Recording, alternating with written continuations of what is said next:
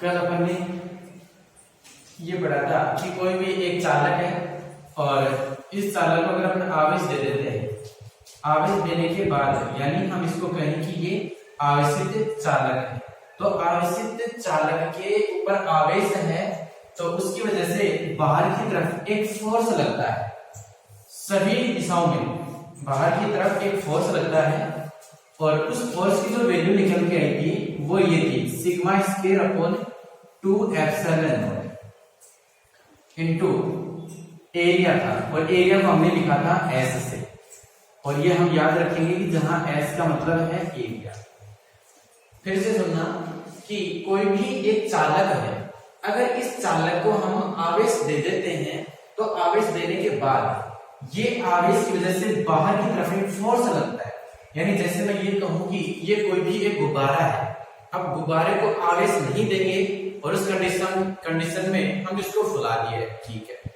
अगर हम उसके ऊपर आवेश दे दें, पॉजिटिव आवेश दे दें, पॉजिटिव आवेश देने का मतलब क्या है कि उससे इलेक्ट्रॉन निकाल दें, तो जैसे इलेक्ट्रॉन निकलेगा तो इसकी कमी होगी तो पॉजिटिव चार्ज आएगा, तो जैसे ही इलेक्ट्रॉन निकाल देते हैं तो चार्ज आता है, चार्ज आने के बाद गुब्बारे पर बाहर की दिशाओं में एक बल लगता है और उस बल की वजह से गुब्बारा और ज्यादा फैल करके और उसका आयतन बढ़ जाता है, यानी एक फोर्स लग रहा है बाहर की तरफ। उस फोर्स की वैल्यू होती है वो sigma square upon 2 epsilon naught into S होता है। तो यहां से हमें क्या क्या देखने को मिल रहा है कि देखो सिग्मा क्या है कि इसकी चार्ज डेंसिटी है, सरफेस चार्ज, ये आवेश घनत्व है। अब यहाँ आवेश घनत्व मतलब आवेश पर यूनिट एरिया में कितना है कि आवेश जितना पास होगा उतना ही सिग्मा ज्यादा होगा, तो जितना ज्यादा आवेश देंगे आवेश उतना ही पास में होगा तो सिग्मा बढ़ेगा, और सिग्मा बढ़ेगा तो वहां पर हम ये कहेंगे कि बाहर की तरफ लगने वाला बल बढ़ जाएगा। दूसरा क्षेत्रफल एस की बात करें कि जितना ज्यादा क्षेत्रफल होगा उसके ऊपर बाहर उतना ही ज्यादा बल लगेगा, यानी गुब्बारे की साइज ये है। अगर गुब्बारे की साइज ज्यादा हो और फिर उसको हम आवेश दे देंगे तो फिर इसके ऊपर बाहर की तरफ और ज्यादा बल लगेगा, तो जो बल लगता है वो सिग्मा पे डिपेंड करता है और साथ में एस एरिया पे डिपेंड करता है। ये हमने वहां पर फॉर्मूला डायरेक्ट कल कर चुके थे, और पिछली क्लास में हमने ये भी देख लिया था कि जो प्रेशर होता है P वो कितना होता है कि फोर्स पर यूनिट एरिया, तो जो फोर्स कितना लग रहा है sigma square upon 2 epsilon not कितने एरिया पे लग रहा है एस पर, तो फिर एकांक क्षेत्रफल पे कितना लगेगा, तो फिर उस क्षेत्रफल का डिवाइड कर देते हैं, इसकी वैल्यू निकल के आई थी sigma square upon 2 epsilon not, ये भी हम निकाल चुके थे। अगर हम बात करें कि जो भी हमारे पास ये चालक है इसकी जो आकार है ये गोलाकार है, तो ये गोलाकार है और मान लेते हैं कि इसकी जो त्रिज्या है वो कैपिटल आर है।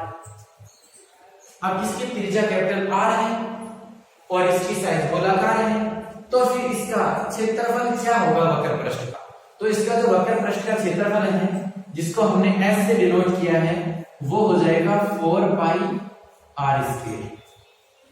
अगर मैं इसको स्मॉल आर रेडियस मान लूंगा तो फिर यहां पर भी क्या लिखा जाएगा स्मॉल आर स्क्वायर।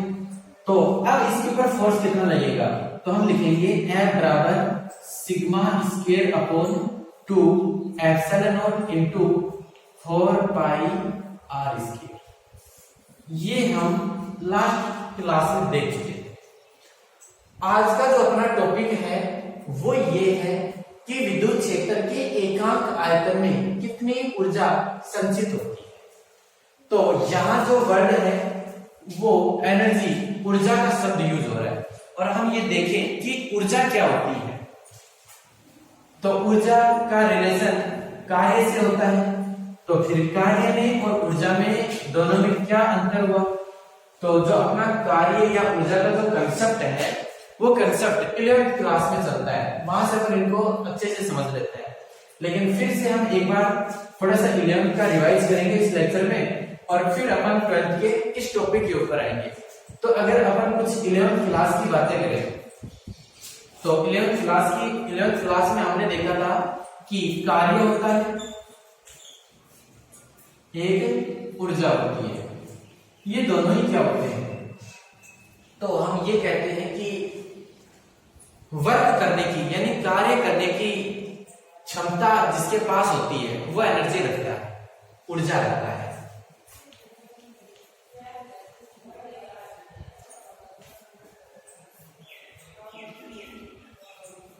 तो जिसके पास वर्क करने की कैपेसिटी है, यानी मैं से कहूं कि जो वर्क कर सकता है वो एनर्जी रखता है, और जो वर्क नहीं कर सकता उसके पास एनर्जी नहीं होती है। दूसरा हम इसको किस तरीके से समझें कि एनर्जी के ऊपर तो हम बात करें तो एनर्जी खुद दो तरीके से दिखती है कि एक तो गतिज ऊर्जा की फॉर्म में होती है और एक स्थितिज ऊर्जा के फॉर्म में होती है। तो गतिज ऊर्जा है, स्थितिज ऊर्जा है, ये है क्या?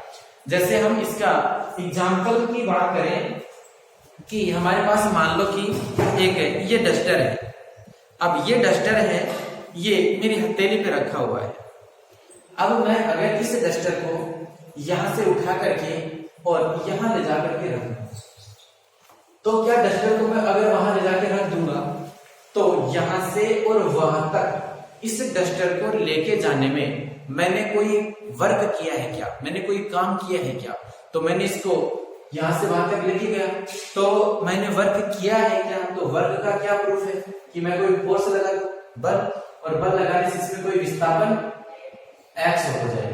तो बल लगा दूं और बल लगाने से अगर किसी में विस्थापन हो रहा है तो हम ये कहते हैं कि वहां पर कुछ न कुछ वर्क हुआ है।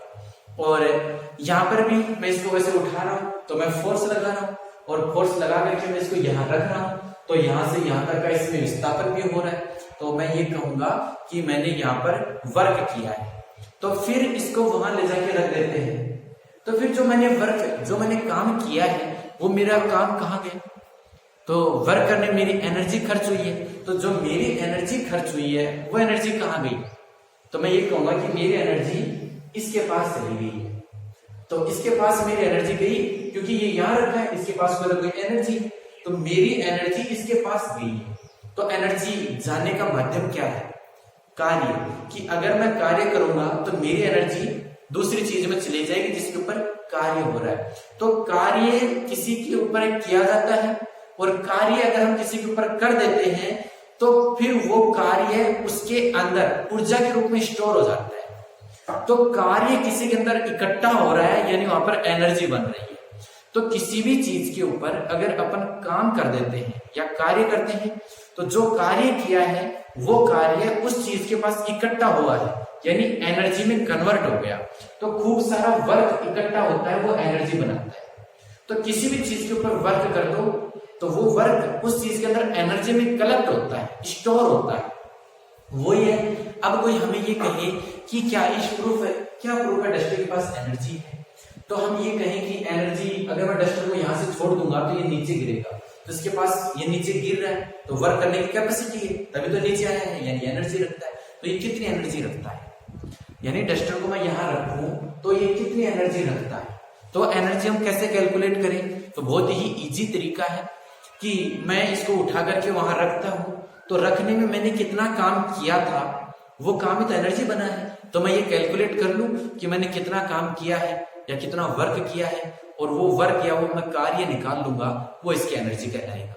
तो अपन क्या कहते हैं कि किसी चीज की हमें एनर्जी निकालनी है तो अपन क्या करते हैं? कार्य निकाल लेते हैं। क्यों? क्योंकि इस डस्टर को मैं यहां से वहां रखूंगा तो मैंने काम किया है, और जो मैंने काम किया वो इसके अंदर ऊर्जा भी इकट्ठा हो गया, तो मुझे इसकी ऊर्जा चाहिए तो मैं क्या करूंगा? इसका कार्य निकाल लूंगा। कार्य कौन सा? जहां से इसको मैं लेके गया और जहां तक मैं रख रहा हूं उसके बीच का, और जो ऊर्जा आएगी वो भी उसी जगह की और उसी लोकेशन से आएगी। तो अब याद देखो, इस डस्टर को ले जाने के तरीके कि मैं बड़ी स्पीड से ले जाके रखूं या मैं इस डस्टर को धीरे धीरे लेके जाऊं। चाहे डस्टर को स्पीड से ले जाके रखूं, चाहे इसको धीरे धीरे लेके जाऊं, एनर्जी तो उतनी स्टोर होगी। तो मैं ये कहूं कि जो ऊर्जा है वो मान लो इसमें 10 जूल स्टोर हो रही है, चाहे मैं इसको स्पीड से ले जाके रख दूं इस जगह पे, चाहे मैं इसको धीरे से ले जाके रखूं, 10 जूल ही स्टोर होगी, इससे न तो ज्यादा या न कम है। तो फिर हम कैलकुलेट कैसे करें कि स्पीड से लेके जाएं वो या धीरे धीरे लेके जाएं? तो इसके लिए अपनी फिजिक्स में ये मेथड है कि हम कैलकुलेशन कैसे करें एनर्जी की। तो एनर्जी की कैलकुलेशन का ऐसी धारणा या ऐसा मेथड बनाया है इसके लिए कि आप ऐसा मानो कि हम इसको बहुत धीरे धीरे लेके जाते हैं, इतना धीरे लेके जाते हैं कि इसमें गतिज ऊर्जा में परिवर्तन नहीं होना चाहिए। गतिज ऊर्जा में परिवर्तन नहीं होगा, यानी गतिज ऊर्जा में क्या चीज आती है 1/2 mv²। तो वेग चेंज नहीं होना चाहिए, और वेग चेंज नहीं होगा यानी मैं से कह दूं कि इसमें त्वरण नहीं आना चाहिए। तो ये कहते हैं कि हम इस डस्टर को इस तरीके से लेके जाएं धीरे धीरे धीरे धीरे कि इसमें त्वरण पैदा नहीं होना चाहिए। और इतनी धीरे लेके जाने से जो वर्क कार्य करना पड़ रहा है उस कार्य को हम कहेंगे कि वो इसके अंदर एनर्जी बन गया है, यानी इतनी एनर्जी है इसके पास। तो फिर स्पीड से लेके जाऊंगा तो भी उतनी एनर्जी स्टोर होगी। तो फिर धीरे धीरे लेके जाने का एक कॉन्सेप्ट क्या कहता है, ये ऐसे कहता है कि हम इसकी वैल्यू निकाल लें। अपनी जो फिजिक्स पढ़ने का तरीका है कि हम कैलकुलेशन से इसकी एनर्जी कैसे निकाल लें अपने फिजिक्स के, हम फिजिक्स के लॉजिक में यानी कैलकुलेशन से इसकी एनर्जी कैसे निकाले, उसका तरीका है कि हम ऐसा माने कि हमने इसको धीरे धीरे लेके गया है। हम सिर्फ ऐसा मानते हैं, वरना स्पीड से ले जाओ तो भी एनर्जी तो उतनी है, लेकिन हम कैलकुलेशन करते हैं इसके लिए मानते हैं कि हम धीरे धीरे लेके जाएं और इसके अंदर त्वरण 0 होना चाहिए। ऐसा मानो आप, ये कंडीशन है एनर्जी निकालने की कि त्वरण 0 है ऐसा मान लो, और फिर लेके जाएं, लेके जाने में जो काम करना पड़े वो एनर्जी है। और वर्क कौन से बल के द्वारा किया गया होना चाहिए, जो हमने पढ़ा था 11th में, कंजर्वेटिव फोर्स संरक्षित बल, और एक होते हैं नॉन कंजर्वेटिव फोर्स असंरक्षित बल। तो जो कार्य किया जाता है वो संरक्षित बल के विरुद्ध होना चाहिए। संरक्षित बल के विरुद्ध का मतलब बाह्य बल द्वारा। जैसे ये डस्टर है, पृथ्वी इसको किधर खींचती है, गुरुत्वाकर्षण बल नीचे की तरफ, तो गुरुत्वाकर्षण बल नीचे खींच रहा है, मैं इस डस्टर को उठा करके ऊपर लेके जाता हूं, तो मैं बाहरी बल किधर लगा रहा हूं, ऊपर की तरफ, गुरुत्वाकर्षण बल नीचे, तो मैं गुरुत्वाकर्षण बल के विरुद्ध बल लगा रहा हूं। तो इसके अंदर जो एनर्जी स्टोर हुई है, जो मैंने काम किया है, वो कार्य मैं गुरुत्वाकर्षण बल के द्वारा काम किया गया नहीं निकालूंगा, मैंने बाहर से कितना काम किया है, तो मेरे द्वारा किया गया जो कार्य होगा वो इसके अंदर एनर्जी है। और जो मैंने काम किया है वो किसके विरुद्ध किया है, गुरुत्वाकर्षण बल के। तो मैं ये कहूं कि गुरुत्वाकर्षण बल के विरुद्ध मैं इसको उठाने में जितना काम करता हूं वो काम इसके अंदर एनर्जी की फॉर्म में स्टोर हो गया है, इकट्ठा हो गया है, ये मैं कह सकता हूं। अब यहां कि जैसे यहां मान लो कि ये कोई भी एक टेबल है, अगर इस अपन टेबल की बात करें तो इस टेबल के ऊपर मान लो कि कोई भी एक ब्लॉक रखा हुआ है, ये वाला। अब इस ब्लॉक को मैं यहां से उठा करके और मैं यहां रखूं इस जगह पे, तो मैं लेके जाऊंगा, तो मैं बाहरी बल किधर लगाऊंगा, ऊपर की तरफ। तो मैंने एक्स्ट्रा फोर्स लगाया, यानी एक्सटर्नल फोर्स लगाया, बाह्य बल। तो जिसको मैं यहां पर ऐसे लिखूं बाह्य बल, या इसको FEXT भी बोल देते हैं, एक्सटर्नल। तो मैंने बाहर से फोर्स ऊपर की तरफ लगाया है, और जो गुरुत्वाकर्षण बल है वो किधर काम कर रहा है, नीचे, उसको ग्रेविटी फोर्स बोले हैं। तो FG ग्रेविटी फोर्स नीचे काम कर रहा है, बाह्य बल ऊपर की तरफ मैं लगा रहा हूं। तो फिर मैं इसको ऐसे ले जाकर के यहां ऐसे रखूंगा, तो रखूंगा तो मुझे कितना काम करना पड़ेगा, उसके अंदर एनर्जी। तो फिर देखो, चाहे स्पीड से रखो चाहे धीरे धीरे, एनर्जी तो उतनी आएगी। तो अब हम कैलकुलेशन कैसे करते हैं, उसके लिए मानना है कि ये रूल है कि आप ऐसे मानो कैलकुलेशन में कि त्वरण 0 है, तो ठीक है, हम ऐसे लेके जाएंगे, इसका A 0 होना चाहिए। A 0 होने का मतलब है कि इसकी जो गतिज ऊर्जा को कैसे लिखते हैं, उसमें डेल परिवर्तन, तो डेल के क्या होना चाहिए, 0 होना चाहिए। इस तरीके से लेके जाओ, और जो वर्क हो जाए उसको ही आप एनर्जी मान लेना। तो यहां मैं ऐसे कहूं कि जो वर्क एनर्जी थोड़ा हमने पढ़ा है, तो वर्क एनर्जी ये कहता है कि इसके ऊपर जितने बल लग रहे हैं उन सभी बलों के द्वारा जो किया गया कार्य है वो कार्य बराबर होता है गतिज ऊर्जा में परिवर्तन, और सभी बलों के द्वारा किया गया कार्य गतिज ऊर्जा में परिवर्तन के बराबर होता है। तो यहाँ सभी बलों के द्वारा किया गया कार्य, तो कार्य के लिए देखो कौन कौन से बल लग रहे हैं। तो एक तो हम लगाएंगे बाहर से बल, एक्सटर्नल फोर्स, प्लस और कौन सा फोर्स काम करता है, ग्रेविटी। यानी इसके ऊपर हम जब तो बाहर से लगा दिया, एक ग्रेविटी लग रहा है, तो F एक्सटर्नल और एक ग्रेविटी G, ये दोनों फोर्स लगे। और इसमें जो भी मान लो डिस्प्लेसमेंट हुआ है कि ये यहां से यहां आया, इस डिस्प्लेसमेंट को मैं x कह देता हूं। तो इंटू एक्स, ये किसके इक्वल हो जाएगा, गतिज ऊर्जा में परिवर्तन। और हमने ये माना है कि इसकी कैलकुलेशन के लिए हम ऐसा मान लें कि त्वरण जीरो यानी गतिज ऊर्जा में परिवर्तन जीरो, तो इसको क्या लिखेंगे, जीरो। फिर यहाँ देखो कि जो विस्थापन यहाँ से यहाँ तक का हुआ है, तो विस्थापन तो जीरो हो नहीं सकता, तो फिर इस श्रम को जीरो होना पड़ेगा। तो इस श्रम को जीरो होना पड़ेगा, तो मैं ये कहूँ कि F एक्सटर्नल प्लस F यानी ग्रेविटी फोर्स के द्वारा जो काम किया है, उन दोनों का योग क्या हो जाएगा, जीरो। तो फिर अपन ये कह सकते हैं कि जो हम बाहर से बल लगा रहे हैं, इसको इधर लेके जाएंगे, ये क्या हो जाएगा, माइनस का F G। और F G कौन सा था, गुरुत्वाकर्षण बल, और गुरुत्वाकर्षण बल एक संरक्षी बल है। तो संरक्षी बल के एग्जाम्पल होते हैं, एक तो गुरुत्वाकर्षण बल है, वो भी संरक्षी का ही एग्जाम्पल है। एक इसके अलावा जो अपन कूलाम बल पढ़ते हैं, वैद्युत बल, तो जो वैद्युत बल कहो या उसको कूलाम बल कहो, एक ही बात है। तो कूलाम बल और गुरुत्वाकर्षण बल, ये दोनों ही संरक्षी बल के एग्जाम्पल है। अब यहाँ तो ये गुरुत्वाकर्षण बल था, तो ये संरक्षी बल था, और संरक्षी बल के लिए अपन इसको सी लिख सकते हैं, कंजर्वेटिव फोर्स। तो अपन ये कहें कि जब भी हम कभी कार्य यानी ऊर्जा निकालना है, तो अपन कार्य निकालेंगे, और कार्य के लिए ये हमारी शर्त है पहले कि हम ऐसा मानकर चलेंगे कि त्वरण जीरो है, यानी बाह्य बल किसके बराबर होना चाहिए, जो कंजर्वेटिव फोर्स जिसके विरुद्ध हम लेके जा रहे हैं, उसके ऋणात्मक मान के बराबर होना चाहिए। ये कंडीशन हमें याद होनी चाहिए। तो जब भी हम एनर्जी कैलकुलेट करेंगे, तो पहला तरीका है कि हम ए को जीरो मानेंगे। दूसरा, हम बाहर से बल लगाते हैं, वो बल इक्वल होना चाहिए एफ जी के। आपको ये सुनने में बड़ा अजीब लगेगा कि जी तो नीचे काम कर रहा है, उतना ही ऊपर है, तो फिर ये जाएगा कैसे, तो जाएगा कैसे, यानी बहुत धीरे धीरे, यानी लगता है कि हम जैसे 1 साल लग जाएगा इसको इतना सा उठाने में, और फिर जो वर्क है वो इसकी एनर्जी में कन्वर्ट होगा। ये हम ऐसे निकालेंगे, जो रिजल्ट आएगा उसको हम एनर्जी कहा करेंगे। अब से हम स्पीड से लेके चले जाएंगे, तो फिर लेके गए कितनी एनर्जी हुई, तो हम इस तरीके से निकालेंगे। स्पीड से लेके जाओ चाहिए आप उसको, लेकिन निकालेंगे कैसे, अपन इस तरीके से निकालेंगे। एनर्जी को निकालने का तरीका है, वो अपने पर डिपेंड करता है कि हम जोर से ले जाएं या धीरे धीरे लेके जाएं। तो जब भी अपन ऐसा टॉपिक पढ़ेंगे, तो उसमें एक कंडीशन आएगी, तो मैं ऐसा लिखूंगा, तो आप समझ जाना कि मैं ये क्यों लिख रहा हूं। तो जहां कंजर्वेटिव फोर्स आएगा, तो इसको मैं सी लिख दूंगा, और जहां अगर विद्युत बल आता है, इलेक्ट्रोस्टैटिक फोर्स, तो मैं वहां पर क्या लिख दूंगा, एफ ई, इलेक्ट्रोस्टैटिक फोर्स। तो बाह्य बल, उसको इलेक्ट्रोस्टैटिक फोर्स का मैं नेगेटिव लिख सकता हूं।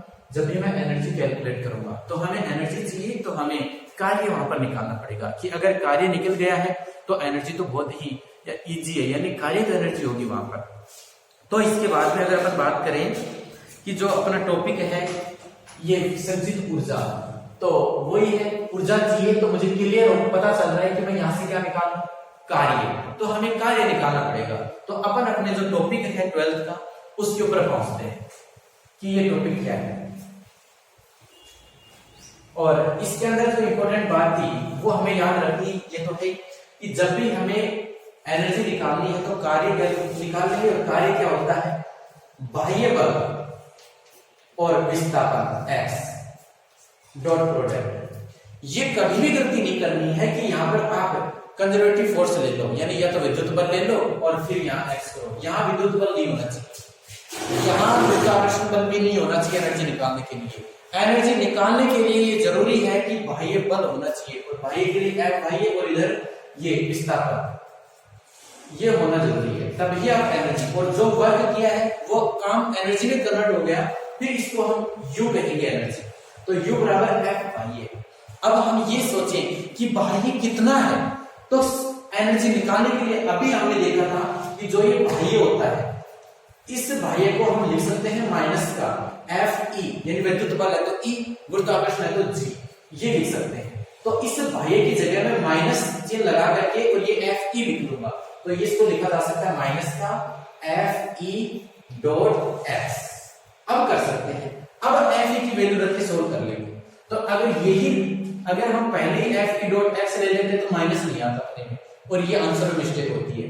तो बाह्य की वजह से जो कार्य होता है वो एनर्जी होता है, E की वजह से कार्य है वो एनर्जी नहीं होता। फिर आप कहोगे यहाँ E आया है, E आया है, लेकिन पहले क्या साइन लेके आया है, माइनस का। तो ई लगाते हो तो माइनस लगा दिया करो। तो यही है। तो अब अपन इस टॉपिक की बात करें। टॉपिक बहुत ही अच्छा भी है और बहुत सारे कॉन्सेप्ट लेके आया है कि अगर अपन इस टॉपिक को पढ़ते हैं तो हमारे बहुत सारे कॉन्सेप्ट डेवलप हो रहे हैं इससे। इसलिए थोड़ा अपना वीडियो लेक्चर लेंथी हो सकता है पर बहुत ही फायदेमंद होगा। अब देखो कि मान लेते हैं कि कोई भी एक गोलीय चालक है, तो ये इसका गोलीय चालक, मान लिया कि ये एक गोलीय चालक है और इस गोलीय चालक की मैं त्रिज्या मान लेता हूं कि इसकी जो त्रिज्या है वो स्मॉल r है, या हम चाहें इसको कैपिटल R भी कह सकते हैं, और ये इसका केंद्र O है और मैं इस गोलीय चालक को आवेश दे देता हूं। तो मैं इसको आवेश दे दूंगा तो आवेश देने से क्या इसके ऊपर बाहर की तरफ एक बल लगेगा? बिल्कुल बल लगेगा, और जो बल होगा वो ऐसे जाएगा इस डायरेक्शन में, सभी दिशाओं में बल जाएगा, ऐसे बल जाएगा। अब ये बल कितना लगेगा जो हम थोड़ी देर पहले बता चुके हैं, sigma square upon 2 epsilon naught, और क्षेत्रफल, इसका क्षेत्रफल कितना है? त्रिज्या r है, तो वक्र पृष्ठ का जो क्षेत्रफल होगा वो 4 पाई r स्क्वायर होगा। तो इतना बल बाहर लग रहा है, बल किसकी वजह से लग रहा है? आवेश। आवेश, जहां आवेश आता है वहां विद्युत क्षेत्र की बात होती है, तो विद्युत यानी इलेक्ट्रिक, तो मैं यहां पर E लिख देता हूं। तो ये वैद्युत बल Fe लग रहा है, वो है sigma square upon 2 epsilon naught, और बल एक वेक्टर क्वांटिटी है तो मैं इसके ऊपर वेक्टर भी लगा सकता हूं। तो इतना बल बाहर की तरफ लग रहा है। अब यहां देखो इसका आयतन कितना है फिलहाल, तो इसका अगर मैं आयतन निकालूं तो इसका आयतन होगा वो 4/3 पाई r क्यूब होगा। तो जो इसका आयतन है वो कितना हो जाएगा? 4/3 पाई r क्यूब। तो इसके आयतन को मैं v से लिखूं तो v की वैल्यू होगी 4/3 पाई स्मॉल r क्यूब, ये इसका आयतन होगा। अब यहाँ देखो हमें जो पता करना है वो ये है कि विद्युत क्षेत्र के एकांक आयतन में संचित ऊर्जा, कि इसमें विद्युत क्षेत्र तो कहाँ है और फिर उसका आयतन कहाँ है, फिर उसका एकांक और लेना है और फिर हमें एनर्जी कैलकुलेट करनी है थोड़ा सा कॉन्सेप्ट कैलकुलेशन, डेरिवेशन। तो अब यहाँ देखो ये फोर्स बाहर लग रहा है, इधर इधर इधर सब। अब वर्क कार्य निकालना है, तो मैं इस गोले को अगर ऐसे दबाऊं तो मैं इसको दबाऊंगा तो मुझे कौन से बल के विरुद्ध काम करना पड़ेगा? जो पहले से बल इधर लग रहा है, और पहले से बल कितना लगता है? ये Fe, और जिसकी वैल्यू है sigma square upon 2 epsilon naught 4 पाई r स्क्वायर क्षेत्रफल। इतना बल बाहर लग रहा है, इधर भी लग रहा है, उतना ही इधर Fe इतना बल बाहर लग रहा है, जैसे ग्रेविटी नीचे लगता था। अब मैं ग्रेविटी के विरुद्ध लेके जाता था, वो गुरुत्वाकर्षण बल के द्वारा विरुद्ध किया गया कार्य, वो ऊर्जा बनती थी। वही चीज यहाँ विद्युत बल इधर लग रहा है, अब मैं इसके विरुद्ध जाऊं तो किसी भी ये जो संरक्षी बल,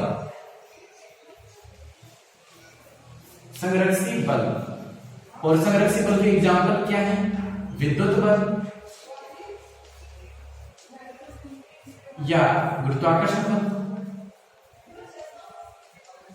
तो इनके विरुद्ध काम करते हैं, संरक्षी बल के विरुद्ध काम करते हैं, वो एनर्जी में स्टोर होता है। अगर विद्युत बल के विरुद्ध काम है तो वो विद्युत ऊर्जा बन जाएगा, और गुरुत्वाकर्षण बल के विरुद्ध काम कर रहे हैं तो वो गुरुत्वाकर्षण की स्थिति ऊर्जा बन जाता है। तो गुरुत्वाकर्षण की ऊर्जा बनता है, एक विद्युत के लिए ऊर्जा बनता है। तो कौन से बल के अगर हम अगेंस्ट काम करते हैं तो वो इसके लिए होगा। अब यहाँ देखो इसके अंदर विद्युत बल है, तो यहाँ जो विद्युत बल इधर लग रहा है, तो विद्युत बल इधर लगेगा तो हम इसके विरुद्ध चले, तो विरुद्ध चलने के लिए हमें बाहर से बल इधर लगाना पड़ेगा, और वो इधर बल कितना लगेगा इसको हम लिखें बाह्य बल। तो बाह्य बल हम इधर लगाएं, और बाह्य बल के लगाने से जो काम होगा वो इसके अंदर ऊर्जा बनेगी। तो अब यहां देखो मैं इस जगह से इधर बाह्य, इधर लगेगा बाह्य, इधर भी बाह्य लगेगा ऐसे, तो मैं ऐसे बाह्य बल लगा करके इसको कंप्रेस करूं, इसको दबाऊं, इसको भी कंप्रेस करूं, दबाऊं, तो मैं इसको दबाऊंगा, दबा करके इसको जीरो बना लूं, यानी इतना जो ये खुला हुआ गुब्बारा जैसा हमें दिख रहा है इसको मैं दबा करके और बिल्कुल जीरो बना दूं।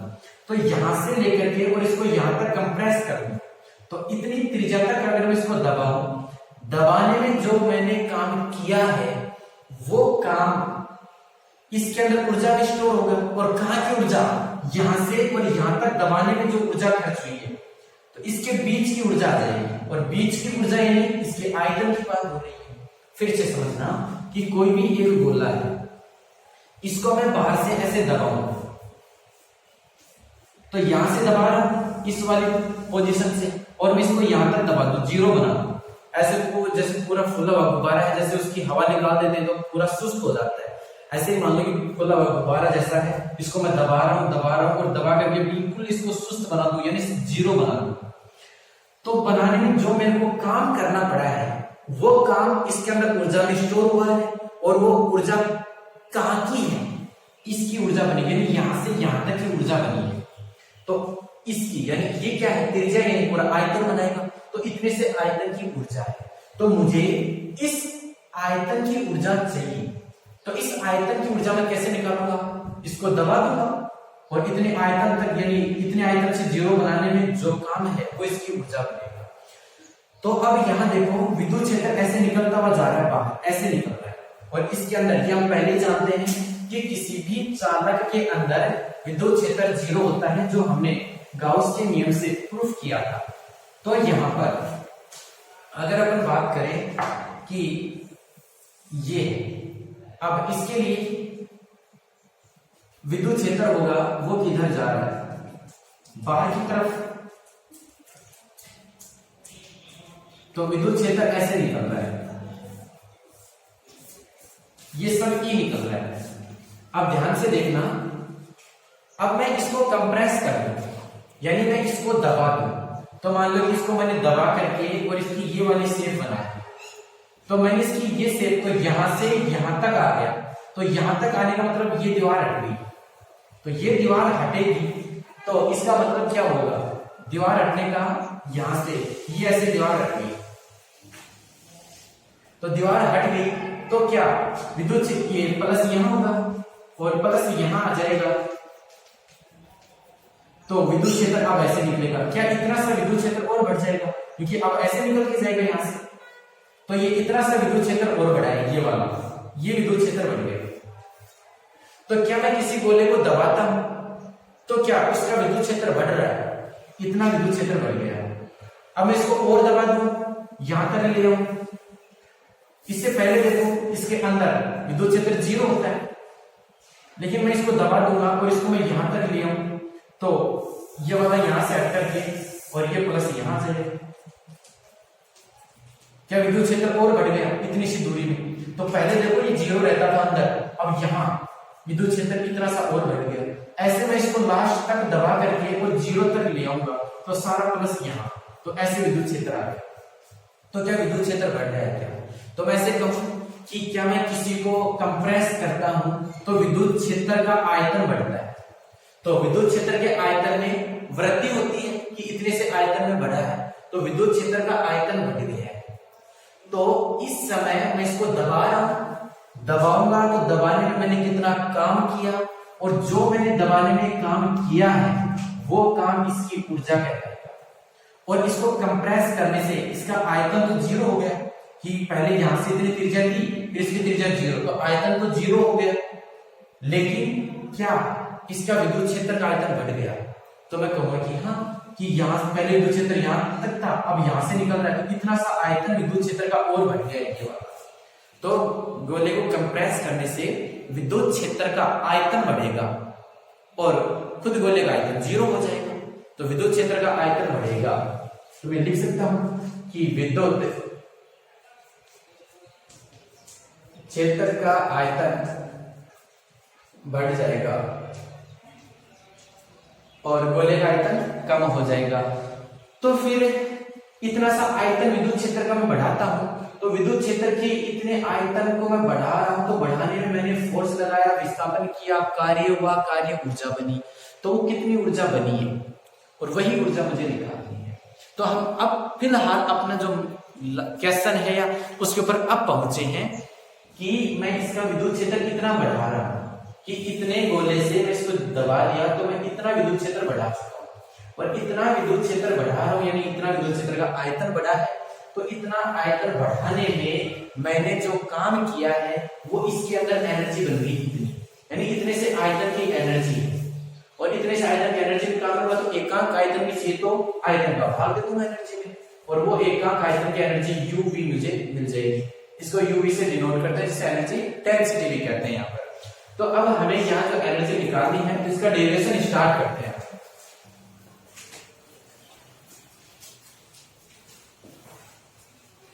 तो यहां देखो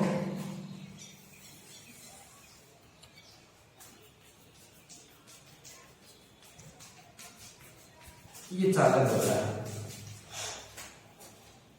इसकी त्रिज्या R है, इसको ये बाहर की तरफ जो बल लग रहा है वो FE है, इधर बल लग रहा है FE है, इधर बल लग रहा है FE है, इधर बल लग रहा है FE है। इसका जो आयतन है वो फिलहाल V है, और V बराबर में लिखूंगा 4/3 पाई R⁴। अब मैं इसको कंप्रेस कर रहा हूं तो मैं बाहर से बल लगाऊंगा तो इधर लगेगा F बाह्य,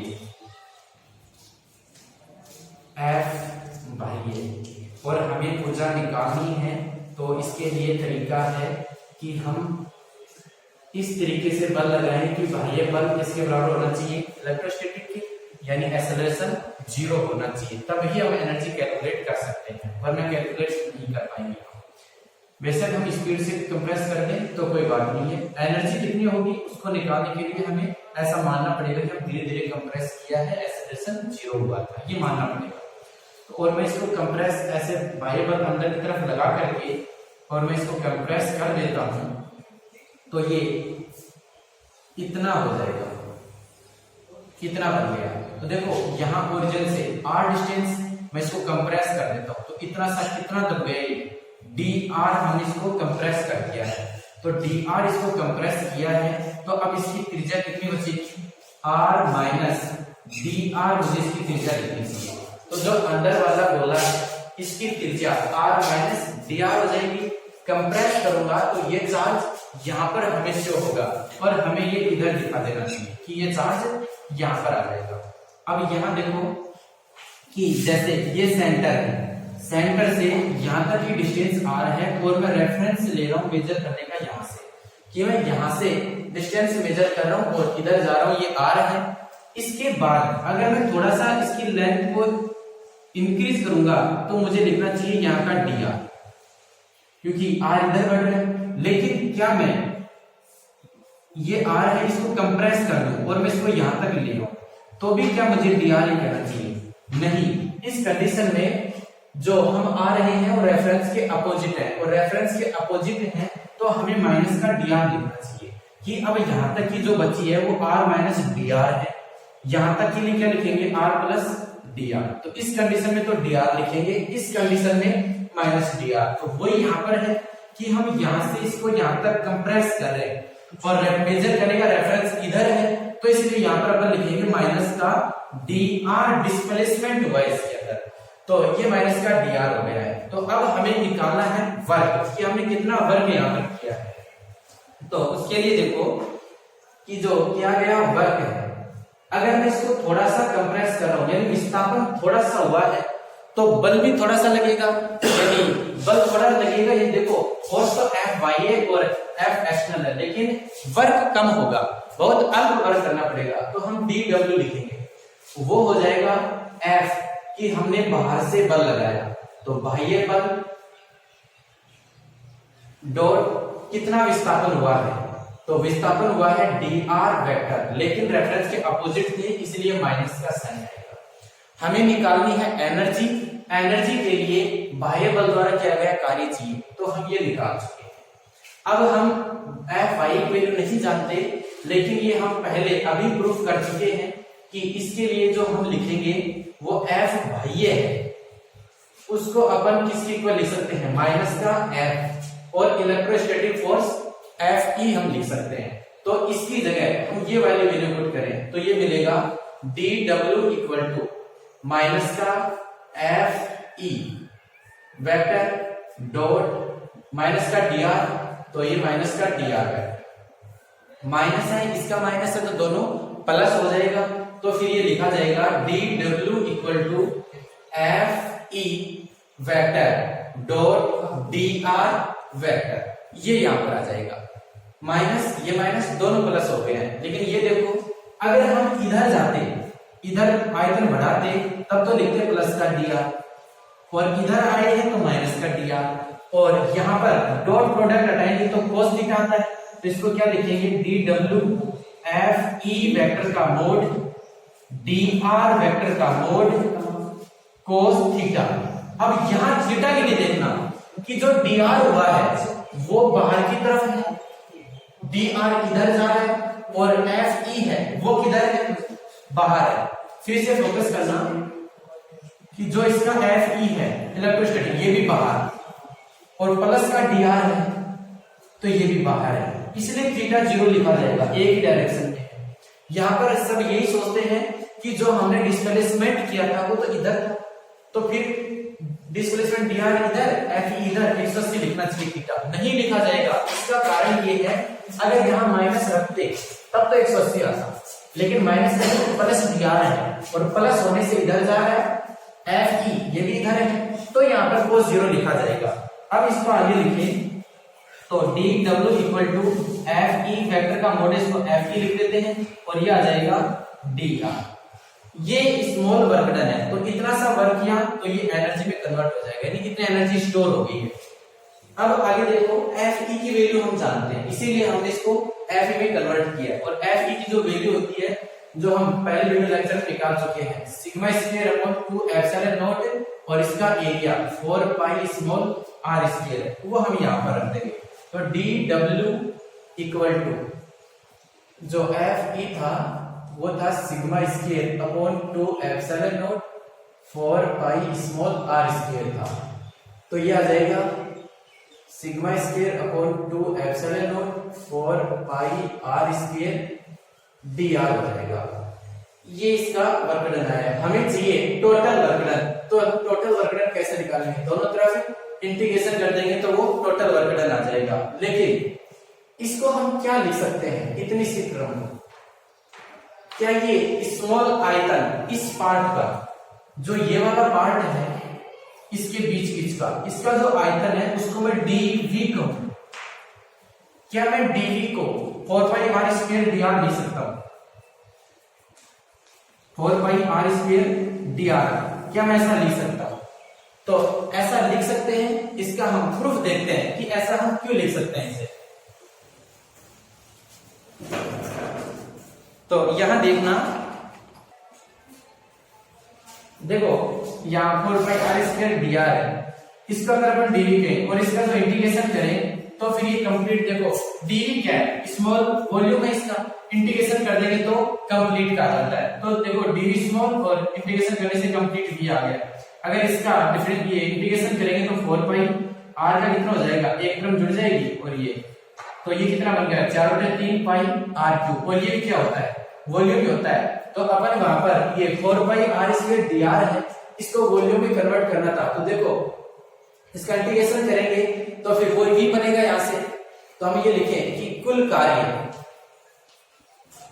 तो कुल कार्य के लिए कितना हो जाएगा w integration sigma square upon 2 epsilon naught 4 pi R square D R, w equal to sigma square 2 epsilon naught constant है, ये बाहर आ जाएगा, 4 पाई है ये बाहर आ जाएगा, अंदर बचेगा आर स्क्वायर डी आर बचेगा, और ये w equal to sigma square upon 2 epsilon naught 4 pi, और ये कितना हो जाएगा r क्यूब बाई 3, और ये 4/3 पाई r क्यूब। इस कंप्लीट पार्ट को अपन क्या लिख सकते हैं आयतन v, तो ये आ जाएगा w equal to sigma square upon 2 epsilon naught into v, इसका आयतन है। और जो किया गया कार्य है वो ही ऊर्जा में संचित होता है, तो हम ये लिखें कि किया गया कार्य ही ऊर्जा में संचित हो जाता है।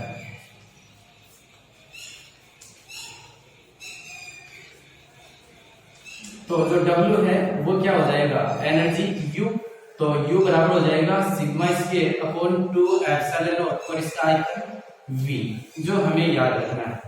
अब देखो ये इतनी सी ऊर्जा आई किसमें है, इतना जो आयतन है वो इतनी ऊर्जा रखता है, sigma square upon 2 epsilon not हमें चाहिए एकांक आयतन में ऊर्जा, तो इसमें आयतन का भाग दे देते हैं। तो एकांक आयतन में संचित ऊर्जा ऊर्जा घनत्व कहलाता है।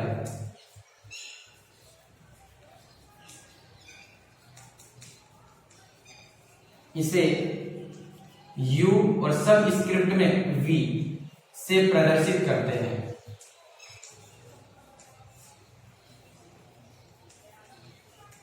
तो U V इक्वल टू कितना हो जाएगा, U अपॉन V, तो U की वैल्यू हमारे पास है, इसमें V का डिवाइड कर देंगे दोनों तरफ, तो V से V कैंसिल हो जाएगा। तो जो एनर्जी डेंसिटी है, ऊर्जा घनत्व है, वो आ जाएगा sigma square upon 2 epsilon naught. और यही वैल्यू दाब की होती थी कि चालक की सतह पर बाहर की तरफ कितना दाब लगता है, वो भी sigma square upon 2 epsilon not आया था।